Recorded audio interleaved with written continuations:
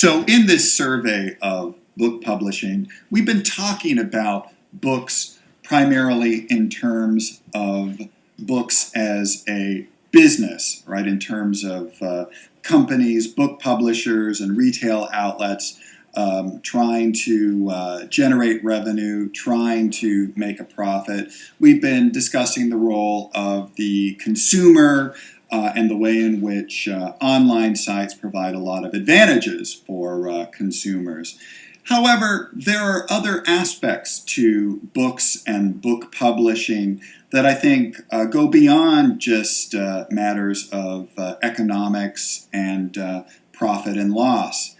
There's also the issue of the role of books in a democratic society and what role books have historically played in terms of introducing people to different ideas and views and perspectives that influence their own life and allow them to contribute to a public dialogue about where we want to go in our society.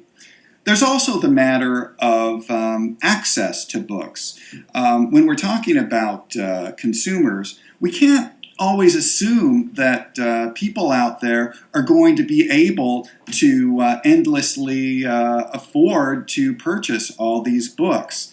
There are questions about low-income groups. How are people that are on a fixed income or poor, how do they get access to books?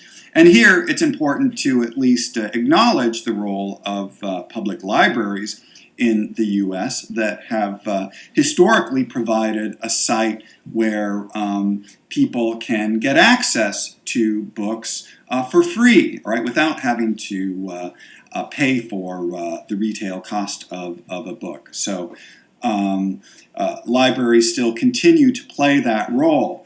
However, as book publishing moves increasingly towards e-publishing and e-books, libraries are struggling to reinvent themselves, moving away from sites that are largely composed of physical books and moving more towards terminals where people are able to gain access to information online and read these books that are stored electronically.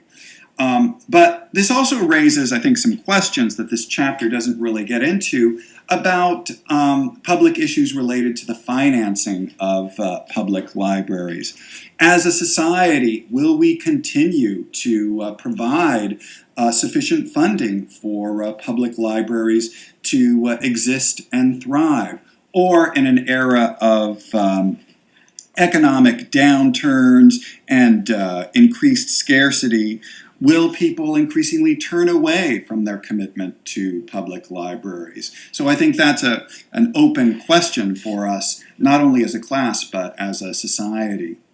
There are also, I think, important parties out there that are trying to resist this domination of book publishing by these huge online retailers and these large book publishers.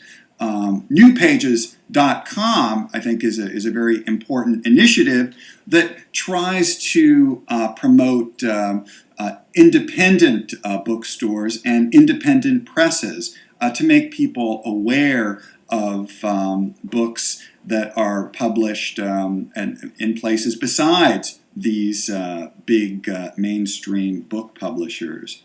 Also, it's interesting, I think, and important to acknowledge the important role of e-publishing and how increasingly authors are sidestepping traditional publishers altogether and publishing their own book online with desktop publishing software and making arrangements to distribute and market their books online.